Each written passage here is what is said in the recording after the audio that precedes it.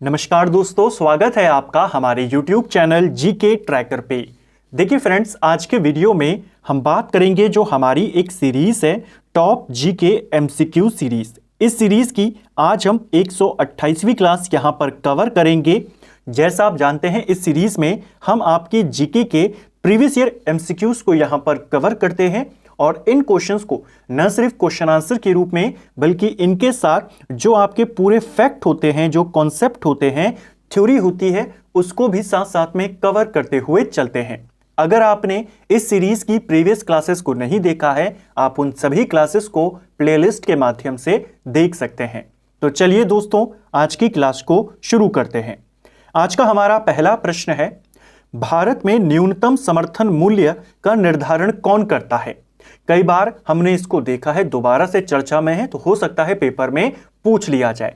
न्यूनतम समर्थन मूल्य यानी कि मिनिमम सपोर्ट प्राइस, जिसे शॉर्ट में एमएसपी कहा जाता है, इसका निर्धारण भारत में कृषि लागत एवं मूल्य आयोग के द्वारा किया जाता है। देखिए, घोषित तो सरकार करेगी, लेकिन सरकार को घोषित करने के लिए जो इंफॉर्मेशन है, ये जो रेट है, वो कौन बताता है, सिफारिशें कौन करता है? वो करता है ये वाला आयोग। ऑप्शन सी सही आंसर होगा। सरकार के द्वारा 1965 में एक आयोग बनाया गया था जिसका नाम था कृषि मूल्य आयोग। इसी आयोग का नाम बदला गया 1985 में और इसका नाम किया गया कृषि लागत एवं मूल्य आयोग। तो ऑप्शन सी इसका सही आंसर यहां पर होगा। ठीक है, स्थापना पूछेगा तो 65 बताएंगे, नाम परिवर्तन 85 में हुआ था। दोनों अगर विकल्प में आएंगे तो जो वर्तमान नाम है उसको आप चयनित करेंगे। ठीक है, एक और क्वेश्चन कि सरकार के द्वारा एमएसपी की घोषणा कब की जाती है? फसल बोने से पहले, फसल उगने से पहले, या फसल कटाई से पहले, या फसल कटाई के बाद? ऐसे क्वेश्चन बहुत बार आते हैं, आपसे पेपर में पूछा जाता है। एमएसपी की घोषणा फसल की बुआई से पहले की जाती है, इस चीज को ध्यान रखना। नेक्स्ट है, निम्नलिखित में से संविधान के कौन से अनुच्छेद में राष्ट्रीय पिछड़ा वर्ग आयोग का उल्लेख है? यानी जो हमारा ओबीसी आयोग है, इसके बारे में कौन सा आर्टिकल है इससे संबंधित? यह है आपका आर्टिकल 338 का बी पार्ट। देखिए, जो आर्टिकल 338 है, यह हमारे जो पिछड़ा वर्ग आयोग है, जो अनुसूचित जाति आयोग है, अनुसूचित जनजाति आयोग है, उनसे संबंधित है।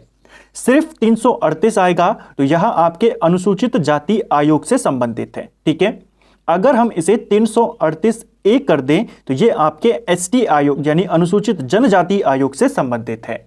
और अन्य पिछड़ा वर्ग आयोग की बात करें तो वो 338 बी हो जाएगा। ऑप्शन बी सही आंसर है।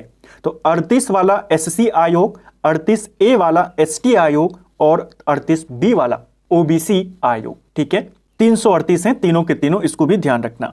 नेक्स्ट है, भारत विश्व व्यापार संगठन का सदस्य किस वर्ष में बना था? देखिए, विश्व व्यापार संगठन यानी कि वर्ल्ड ट्रेड ऑर्गेनाइजेशन, जिसे शॉर्ट में WTO लिखा जाता है, WTO की स्थापना 1995 में होती है और इसके स्थापना के साथ ही भारत इसका सदस्य बन गया था। तो ऑप्शन ए सही आंसर होगा।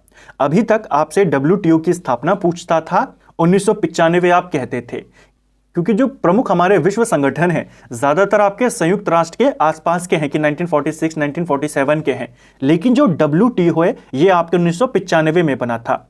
इससे पहले विश्व व्यापार के लिए एक संगठन बनाया गया था 1947 में, जिसे जेट कहा जाता था, general agreement for trade and tariff.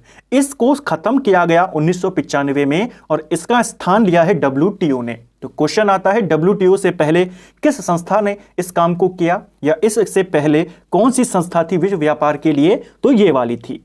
इसकी स्थापना करी गई थी 1947 में और इसे खत्म किया गया 1995 में और इसकी जगह पर आया विश्व व्यापार संगठन। ठीक है, इसका हेडक्वार्टर कहां है? कई बार पूछ लेता है इसका हेडक्वार्टर, तो इसका हेडक्वार्टर आपके स्विट्जरलैंड के जिनेवा में स्थित है। नेक्स्ट है, मध्यम सिंचाई परियोजना के अंतर्गत कितने हेक्टेयर तक की सिंचाई की जाती है? तो देखिए, भारत में सिंचाई परियोजनाओं को 3 भागों में बांटा जाता है। एक होती है लघु सिंचाई परियोजना, एक होती है मध्यम सिंचाई परियोजना और सबसे ऊपर होती है वृहत सिंचाई परियोजना। जो लघु सिंचाई परियोजना होती है, 2000 हेक्टेयर से नीचे की परियोजनाओं को लघु सिंचाई परियोजना कहा जाता है। 2000 से लेकर के 10,000 तक की हेक्टेयर तक की जो सिंचाई हमारी परियोजनाएं हैं उनको कहा जाता है मध्यम सिंचाई परियोजना, और वृहत सिंचाई परियोजना में 10,000 हेक्टेयर के ऊपर की परियोजनाएं होती हैं। तो आपसे मध्यम पूछा है, 2 से 10,000 के बीच इसका आंसर हो जाएगा। ठीक है, 10,000 से ऊपर वृहत वाली और 2,000 से नीचे लघु परियोजना। ठीक है, ऑप्शन सी इसका सही आंसर होगा। वैदिक संहिताओं में उल्लेखित देवीतमा या मतितमा शब्द का आशय क्या है? तो वैदिक संहिताओं में, वैदिक साहित्यों में, वैदिक ग्रंथों में जो देवीतमा और मतितमा हमें शब्द देखने को मिलते हैं, ये किस से संबंधित हैं, पहले आपने ये बताना है। तो यह शब्द आपके नदियों के नाम से संबंधित है। ऑप्शन बी सही आंसर होगा। देखिए, वैदिक काल की सबसे पवित्र नदी जो माना गया है वो माना जाता है सरस्वती नदी को। यह वैदिक काल की सबसे पवित्र नदी थी और इसी सरस्वती नदी को देवीतमा या मतितमा के नाम से यहां पर पुकारा गया है, इसको लिखा गया है। तो ऑप्शन बी इसका सही आंसर होगा। पहले तो आपने यह बताना था किससे संबंधित है, नदियों के नाम से।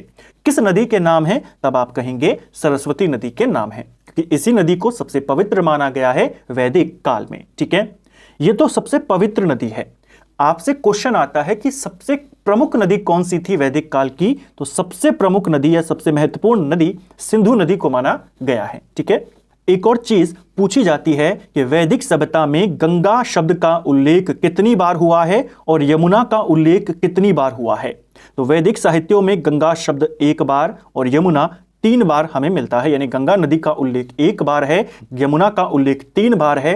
सबसे ज्यादा उल्लेख सिंधु नदी का है, इसलिए वो सबसे महत्वपूर्ण नदी मानी गई और सबसे पवित्र जो है वो सरस्वती मानी गई। ठीक है, नेक्स्ट है, संगम युग के संदर्भ में टोडी, मुसिरी, कोरकाई, अरिकमेडु और मरकानम ये क्या थे?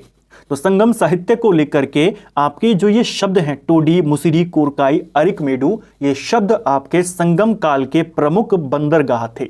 ऑप्शन सी सही आंसर हो जाएगा। एक प्रसिद्ध विदेशी इतिहासकार है जिसका नाम है टॉलेमी। टॉलेमी ने संगम काल के तमिलनाडु के तट पर के कुछ बंदरगाहों का वर्णन किया है। उन बंदरगाहों को उसने इन नामों से उल्लेखित किया है। तो ये सब क्या है, संगम काल के प्रमुख बंदरगाह हैं। नेक्स्ट है, निम्नलिखित में से सबसे पहले कौन सी घटना हुई थी? तो देखिए, आधुनिक भारत के क्वेश्चन पहले से भी आपसे पूछे जाते रहे हैं, लेकिन अब आपको वो इस तरीके के क्वेश्चन देता है कि आपको हर एक चीज पता होनी चाहिए। पहले आपको केवल इनके बारे में पूछता था कि लाला लाजपत राय की मृत्यु कब हुई, इंडियन रिपब्लिकन आर्मी कब बनी, सविनय अवज्ञा आंदोलन कब शुरू हुआ। अब आपको इन चारों के अगर डेट पता है, इन चारों की शुरुआत पता है, तो ही आप इनको बता पाएंगे। तो आपको डिटेल में पढ़ना है, जो खासकर हमारा आधुनिक भारत का इतिहास है। ठीक है, लाला लाजपत राय की मृत्यु की बात करते हैं, पहले हम इनके वर्षों को लिख लेते हैं ताकि आप आसानी से इनके जो पहले घटित हुआ उसे बता पाएं। लाला लाजपत राय की मृत्यु 17 नवंबर 1928 को होती है। ठीक है, trade dispute bill, public safety bill कब लाए गए थे, कब इन पर बहस हो रही थी? तो हमने पढ़ा था कि जब भगत सिंह और उनके साथी बटुकेश्वर दत्त के द्वारा केंद्रीय विधानमंडल पर बम फेंका गया था, उस समय इन्हीं बिलों पर चर्चा चल रही थी और उन्होंने बम फेंका था 8 अप्रैल 1929 में फेंका था। ठीक है, इंडियन रिपब्लिकन आर्मी की बात करें, जो मास्टर सूर्य सेन थे, उनके द्वारा इस आर्मी का गठन किया गया था, 1930 में किया गया था और इसी आर्मी के लोगों ने मास्टर सूर्य सेन के नेतृत्व में चटगांव जो शस्त्रागार था उसके ऊपर हमला भी किया था, धावा भी बोला था। ठीक है, सविनय अवज्ञा आंदोलन सबसे आसान, 6 अप्रैल 1930 को इसकी शुरुआत होती है। तो यहां पर सबसे पहले कौन सी घटना घटी है? यहां पर सबसे पहले 1928 की घटना यानी लाला लाजपत राय की मृत्यु यहां पर हुई थी इन सारी घटनाओं में। ठीक है, ये 1929 की है, ये दोनों 1930 की घटना है, ये 1928 की घटना है। ठीक है, तो ऑप्शन ए सही आंसर होगा। संविधान के किस अनुच्छेद के अंतर्गत राज्य की विधानसभाओं में अनुसूचित जाति और जनजातियों के लिए आरक्षण का प्रावधान है? तो संविधान में कौन सा आर्टिकल है जो एससी और एसटीओ को आरक्षण देता है विधानसभाओं में? इस चीज को भी ध्यान रखना, लोकसभा में नहीं पूछा है, लोकसभा में आरक्षण दूसरे आर्टिकल में है, यह राज्यों की विधानसभाओं में है। यह है आपका आर्टिकल 332। 2 आर्टिकल आपको ध्यान में रखने हैं, एक है आपका आर्टिकल 330 और एक आर्टिकल 332। जो आर्टिकल 330 है ये लोकसभा में एससी और एसटी को आरक्षण से संबंधित है, ठीक है। और जो 332 है ये विधानसभाओं में आरक्षण से संबंधित है। तो लोकसभा में 330, विधानसभाओं में 332, दोनों पूछे जाते हैं, ध्यान रखेंगे, ठीक है। नेक्स्ट है, भारत के प्रधानमंत्रियों का उनके कार्यकाल के अनुसार सही क्रम में लगाइए। तो यहां पर 4 भारत के प्रधानमंत्रियों के नाम दिए गए हैं। सबका कार्यकाल काफी छोटा छोटा कार्यकाल था, ऐसे में कंफ्यूजन क्रिएट हो जाता है कि कौन किसके बाद प्रधानमंत्री बने थे। पहले इनके टाइम पीरियड को लिख लेते हैं ताकि आपको आसानी हो इनको अरेंज करने में। देखिए, अगर हम बात करते हैं चौधरी चरण सिंह की, ये भारत के प्रधानमंत्री बने थे 1979 से लेकर 1980 के बीच में, यानी 1979 से लेकर 1980 के बीच में प्रधानमंत्री रहे। फिर वीपी सिंह आते हैं। वीपी सिंह की बात करें तो 1989 से लेकर 1990 तक भारत के प्रधानमंत्री रहे। फिर आते हैं चंद्रशेखर, जो 1990 से लेकर 1991 तक भारत के प्रधानमंत्री रहे। और फिर अंत में आते हैं एचडी देवगौड़ा, जो 1996 से लेकर 97 तक प्रधानमंत्री रहे। तो कम कम समय के लिए थे, इसीलिए कंफ्यूजन हो जाता है कि पहले वीपी सिंह बने थे या चंद्रशेखर बने थे या एचडी देवगौड़ा बने थे। तो सबसे पहले इनमें चौधरी चरण सिंह बने, उसके बाद यहां पर वीपी सिंह भारत के प्रधानमंत्री बने, फिर बने हमारे चंद्रशेखर और फिर बने एचडी देवगौड़ा, यानी आपका ऑप्शन बी सही उत्तर यहां पर हो जाएगा। नेक्स्ट है, सैयद वंश के सुल्तानों का सही काल अनुक्रम क्या होगा। तो दिल्ली सल्तनत के ऊपर हमारी जो क्लासेस हैं ऑलरेडी बनी है। बहुत जल्द मैं कोशिश करूंगा दिल्ली सल्तनत का पूरा एक मास्टर वीडियो मैं आपको दे सकूं, क्योंकि कई बार वीडियो ढूंढने में ही काफी समय लग जाता है। मास्टर वीडियो रहेगा तो आपको एक जगह पर पूरा टॉपिक आसानी से क्लियर हो जाएगा। दिल्ली सल्तनत की हमने 5 से 6 क्लासेस में पूरे दिल्ली सल्तनत को, उनके प्रशासन को, एक एक वंश को डिटेल में हमने कवर किया था। बहुत जल्द आपको उसका मास्टर वीडियो देखने को मिलेगा।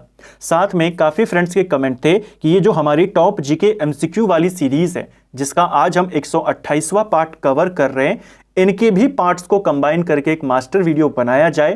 तो कोशिश करेंगे इसके भी 2 से 3 मास्टर वीडियो बनाने के, जिसमें आपको एक साथ 500 एमसीक्यूज मिल जाएं, जिससे आपको रिवीजन करने में वहां पर और ज्यादा आसानी हो सके। 500 क्वेश्चन एक सिंगल वीडियो में पूरी डिटेल के साथ, और सभी क्वेश्चन ऐसे जो किसी ना किसी एग्जाम में पूछे गए हैं। एक्सप्लेनेशन आपको अलग अलग किताबों की एक जगह पर मिल जाएगी, क्वेश्चन के साथ मिल जाएगी। एनसीईआरटी की भी एक्सप्लेनेशन आपको मिल जाएगी। तो कोशिश करेंगे इस सीरीज की भी क्लासेस को एक मास्टर वीडियो के रूप में यहां पर आपको देने की। वापस प्रश्न पे आते हैं। सैयद वंश की बात करें, दिल्ली सल्तनत पर इसका जो शासन शुरू हुआ था वो 1414 में शुरू होता है। तुगलक वंश के बाद यही सत्ता में आता है, ठीक है। 1414 से लेकर के 1451 तक ये दिल्ली पर शासन करते हैं। इस वंश का जो संस्थापक था वो खिज्र खान था। तो सबसे पहले तो एक आएगा, आप देखेंगे एक चारों ऑप्शनों में दिया गया है। तो खिज्र खान इसका पहला राजा था। इसके बाद राजा बनता है मुबारक शाह, यानी एक के बाद 3 आएगा। तो जहां पर एक के बाद 3 नहीं, वो आपके एलिमिनेट हो गए। मुबारक शाह के बाद जो राजा बनता है वो मोहम्मद शाह बनता है, और फिर बनता है अलाउद्दीन आलम शाह। यह इस वंश का अंतिम राजा था, ठीक है। तो ऑप्शन सी इसका सही उत्तर हो जाएगा। तो सैयद वंश को भी लेकर भी आपसे क्वेश्चन बनते हैं, इसको ध्यान रखना। एक और चीज आप जानते हैं, तुगलक वंश जब कमजोर होना शुरू हुआ, भारत पर तैमूर ने आक्रमण किया था। प्रश्न आता है, भारत में जब तैमूर ने आक्रमण किया तो अपने जीते हुए प्रदेशों का सेनापति या सूबेदार किसे बनाकर गया? तो वो इसी खिज्र खान को बनाकर गया था। जो खिज्र खान था, इसने दिल्ली और इसके आसपास इलाकों पे शासन करना शुरू कर दिया, लेकिन इसने सुल्तान की उपाधि धारण नहीं करी। इसने एक उपाधि धारण करी थी जिसे रैयत-ए-आला कहा जाता था। प्रश्न आता है, दिल्ली का कौन सा सुल्तान रैयत-ए-आला की उपाधि धारण करता था? खिज्र खान। और जो तैमूर का बेटा था, तैमूर के बेटे का नाम था शाहरुख। शाहरुख को वो नियमित टैक्स देता था। जब खिज्र खान के बाद इसका बेटा मुबारक शाह गद्दी पर बैठा, इसने उसके बेटे को टैक्स देना बंद कर दिया और स्वयं को इसने सुल्तान घोषित कर दिया। इसको आपने ध्यान रखना है। मुबारक शाह सैयद वंश का पहला राजा था जिसने स्वयं को सुल्तान घोषित किया और सुल्तान की उपाधि धारण करी। एक और चीज ध्यान रखना, एक बहुत इंपॉर्टेंट किताब है तारीख-ए-मुबारक शाही, बहुत बार पूछी गई है। इसका रचयिता कौन है? इसके रचयिता का नाम है यहिया बिन अहमद सरहिंदी। काफी प्रसिद्ध इतिहासकार है और यह सर हिंदी इसी मुबारक शाह के दरबार में रहता था और इसी से संबंधित वो किताब है तारीख ए मुबारक शाही। ठीक है, ये कुछ इंपॉर्टेंट फैक्ट जो आपसे पूछे जाते हैं। ऑप्शन सी इसका सही आंसर है। नेक्स्ट है, भारत के न्यायवादी के संदर्भ में निम्नलिखित कथनों में सही कथन कौन सा है? तो भारत के जो महान्यायवादी होते हैं, अटॉर्नी जनरल होते हैं, भारत का सर्वोच्च विधि अधिकारी होता है, इनसे संबंधित दो तथ्य दिए हैं। एक है वे प्रधानमंत्री की मर्जी तक पद पर बने रहते हैं, गलत हो जाएगा। इनकी नियुक्ति भी राष्ट्रपति करते हैं और ये राष्ट्रपति की इच्छा तक ही अपने पद पर बने होते हैं, तो पहला वाला गलत है। वे संसद सदस्य के विशेषाधिकार के हकदार नहीं हैं, ये वाला भी गलत हो जाएगा। जो अटॉर्नी जनरल होते हैं, जो महान्यायवादी होते हैं, सदन की कार्यवाही में शामिल हो सकते हैं, वहां पर बोल सकते हैं। एक सांसद को जो सुविधाएं मिलती हैं, जो विशेषाधिकार मिलते हैं, वो सब इनको प्राप्त होते हैं। बस ये संसद में मतदान नहीं कर सकते, बस इतना फर्क है, बाकी सारे विशेषाधिकार इनको मिलते हैं। तो सेकंड वाला भी गलत है, पहला वाला भी यहां पर आपका गलत हो जाएगा। तो आपको सही वाला बताना था, इन दोनों में कोई भी सही नहीं है। ठीक है, नेक्स्ट है, नीचे दिए गए अनुसंधान संस्थान और शहर के युग्मों में से कितने सही सुमेलित हैं? तो एक तरफ संस्थान है, दूसरी तरफ शहर है। आपने ये नहीं बताना है कि कौन सा सही है कौन सा गलत है, कितने सही है और कितने गलत है वो बताने हैं। चलिए देखते हैं। शुष्क वन अनुसंधान संस्थान, क्या यह आपके जोधपुर में है? तो ये आपका सही हो जाएगा, तो एक हमारा सही है। हिमालय वन अनुसंधान संस्थान, क्या यह देहरादून में है? ये गलत हो जाएगा, यह संस्थान हिमाचल प्रदेश में है। ठीक है, वर्षा वन अनुसंधान संस्थान क्या जोरहाट में है? तो यह आपका सही है, यह जोरहाट असम में पड़ता है। ठीक है, तो ये वाला भी आपका सही है, सेकंड वाला गलत है। उष्णकटिबंधीय वन अनुसंधान संस्थान क्या जबलपुर मध्य प्रदेश में है? तो ये भी आपका सही है। तो एक आपका गलत है, तीन आपके सही हैं। आपने बताना था कितने सही हैं, तीन हमारे यहां पर सही हैं। नेक्स्ट है, गंगा नदी की एकमात्र सहायक नदी जो मैदानी क्षेत्र से उद्गमित होती है, निम्नलिखित में से कौन सी है? नदी तंत्र को भी हमने डिटेल में कवर किया है भारत के, उसमें हमने देखा था गंगा की जितनी सहायक नदियां हैं सारी की सारी पर्वतीय क्षेत्रों से आती है, पहाड़ी क्षेत्रों से आती है। एकमात्र नदी है जो मैदान से निकलती है, वो है गोमती नदी। ऑप्शन बी सही आंसर हो जाएगा। गोमती नदी की बात करें तो यह पीलीभीत जो जिला है यूपी में, वहां पर एक झील है जिसे फुलहर झील कहा जाता है। इस झील से निकलती है गोमती नदी। जो यूपी की राजधानी है लखनऊ, वो इसी नदी के तट पर स्थित है। कई बार पूछा गया है लखनऊ किस नदी के तट पर है? गोमती नदी के तट पर। और जिसे भारत का सिराज कहा जाता है जौनपुर, वो भी कहां है? गोमती नदी के तट पर।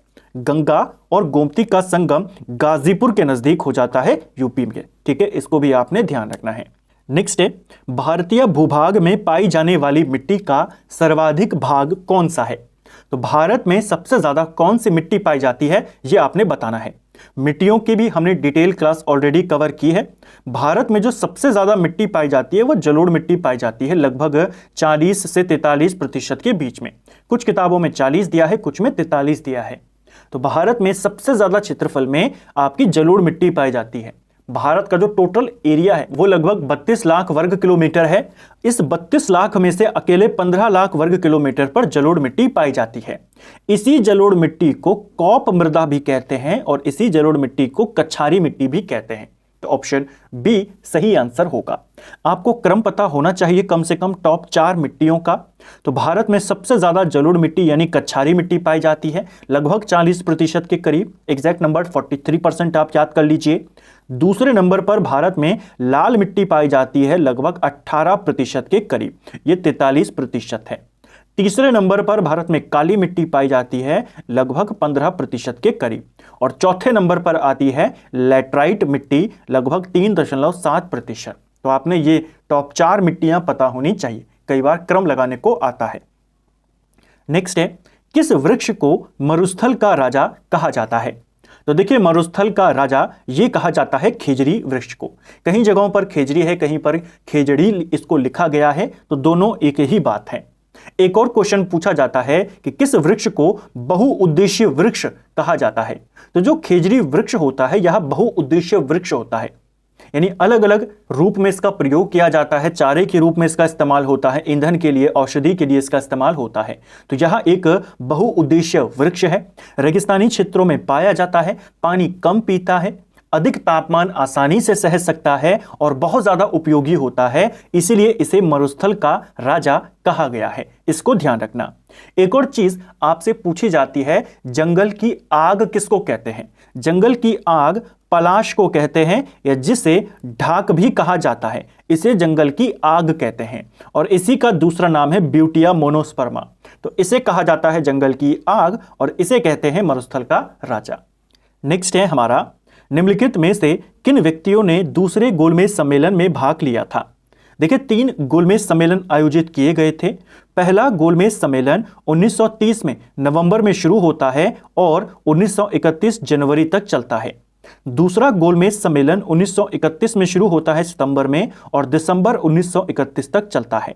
इस दूसरे गोलमेज सम्मेलन में कांग्रेस ने भाग लिया था। कांग्रेस की तरफ से महात्मा गांधी ने इसमें भाग लिया था। महात्मा गांधी के साथ इसमें सरोजिनी नायडू और मदन मोहन मालवीय भी गए थे। जो ये दोनों थे, सरोजिनी नायडू और मदन मोहन मालवीय, यह व्यक्तिगत तौर पर गए थे, अपने खर्चे पर गए थे। कांग्रेस का प्रतिनिधित्व इसमें महात्मा गांधी करते हैं और महिलाओं का प्रतिनिधित्व एनी बेसेंट ने किया था, तो इसको भी ध्यान रखना। तो ये दोनों भी गए थे और महात्मा गांधी तो कांग्रेस को लीड वहां पर कर रहे थे। तो तीनों व्यक्ति हो जाएगा, ऑप्शन डी सही आंसर है। अगर यह प्रश्न ऐसा होता कि कांग्रेस के प्रतिनिधि के रूप में कौन गया था, तब आंसर सिर्फ महात्मा गांधी होते। ये दोनों व्यक्तिगत तौर पर गए थे, व्यक्तिगत खर्चे पर गए थे। ठीक है, तो ऑप्शन डी सही उत्तर होगा। नेक्स्ट है, कलकत्ता में क्रांतिकारी संगठन अनुशीलन समिति की स्थापना किसके द्वारा की गई थी? देखिए, अनुशीलन समिति की जो स्थापना होती है यह 1902 में होती है। इसकी स्थापना बारेंद्र कुमार घोष, जतीन्द्र नाथ बनर्जी और प्रमथनाथ मित्र के द्वारा करी गई थी। 3 महत्वपूर्ण व्यक्ति थे, उसमें सबसे महत्वपूर्ण आपके प्रमथनाथ मित्र हो जाएंगे स्थापना के तौर पर। नेतृत्व अगर पूछेगा तो बारेंद्र कुमार घोष और जतीन्द्र नाथ बनर्जी इसका आंसर होता। ठीक है, तो ऑप्शन डी सही आंसर होगा। नेक्स्ट है, निम्नलिखित में से कौन लोकसभा अध्यक्ष के निर्वाचन की तारीख का निर्धारण करता है? लोकसभा अध्यक्ष का निर्वाचन की तिथियों को कौन डिसाइड करेगा? ये डिसाइड करते हैं भारत के राष्ट्रपति।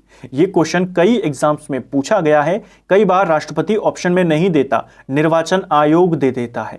तब आंसर आपको जो चौथा विकल्प होता है इनमें से कोई नहीं, उस पर टिक करना है। तो ध्यान रखना, लोकसभा अध्यक्ष के निर्वाचन की डेट कौन फिक्स करता है? राष्ट्रपति करता है। ठीक है, नेक्स्ट है, विजयनगर साम्राज्य में तुलु वंश की स्थापना किसके द्वारा की गई थी? देखिए, विजयनगर साम्राज्य को भी हमने डिटेल में कवर किया है। विजयनगर साम्राज्य के ऊपर 4 वंशों ने शासन किया था, जिसमें सबसे पहले संगम वंश शासन करता है। संगम वंश के बाद विजयनगर पर शालूव वंश शासन करता है। शालूव वंश के बाद तुलुवा वंश का शासन होता है और अंत में आता है अरविडू वंश। तो आपसे इस वंश के संस्थापक का नाम पूछा है, इस वंश का नहीं। इस वंश को संस्थापक कौन थे? हरिहर और बुक्का इस वंश के संस्थापक थे, जो पहला वंश था। दूसरा वंश सालूव है। जो तीसरा वंश है तुलुवा, इस वंश के संस्थापक वीर नरसिंह थे। ऑप्शन सी सही आंसर होगा। इंपॉर्टेंट इसीलिए है क्योंकि इन्हीं वीर नरसिंह के जो छोटे भाई थे उनका नाम था कृष्णदेवराय, जो विजयनगर साम्राज्य के सबसे महान राजा माने जाते हैं। तो यह किस वंश के हैं? तुलुवा वंश के। और इस वंश का संस्थापक कौन है? वीर नरसिंह। ठीक है, 1505 में ये इस वंश की स्थापना करते हैं। ऑप्शन सी सही आंसर होगा। नेक्स्ट है, भारत के राष्ट्रपति के विरुद्ध महाभियोग प्रस्ताव पर संसद के किसी सदन के कितने सदस्यों के हस्ताक्षर आवश्यक हैं? यानी अगर आप भारत के राष्ट्रपति के खिलाफ महाभियोग प्रस्ताव लाना चाहते हैं, अगर आप सांसद हैं तो ला सकते हैं, तो आपके जो प्रस्ताव है उसके ऊपर 1/4 हस्ताक्षर होने चाहिए। हटाने के लिए नहीं, केवल लाने के लिए कि आपके पास कम से कम 1/4 सांसदों का समर्थन होना चाहिए, तब आप इसको ला सकते हैं। किस आर्टिकल के तहत लाया जाता है? आर्टिकल 61 के तहत लाया जाता है। महाभियोग प्रस्ताव लाने से पहले 14 दिन का नोटिस दिया जाता है राष्ट्रपति को। इसको भी ध्यान रखना, 14 दिन पहले बताना होता है, उसके बाद महाभियोग प्रस्ताव आता है। ठीक है, 1/4 सदस्यों के हस्ताक्षर इसके ऊपर होने चाहिए तो ही इसको लाया जा सकता है, इसको ध्यान रखना।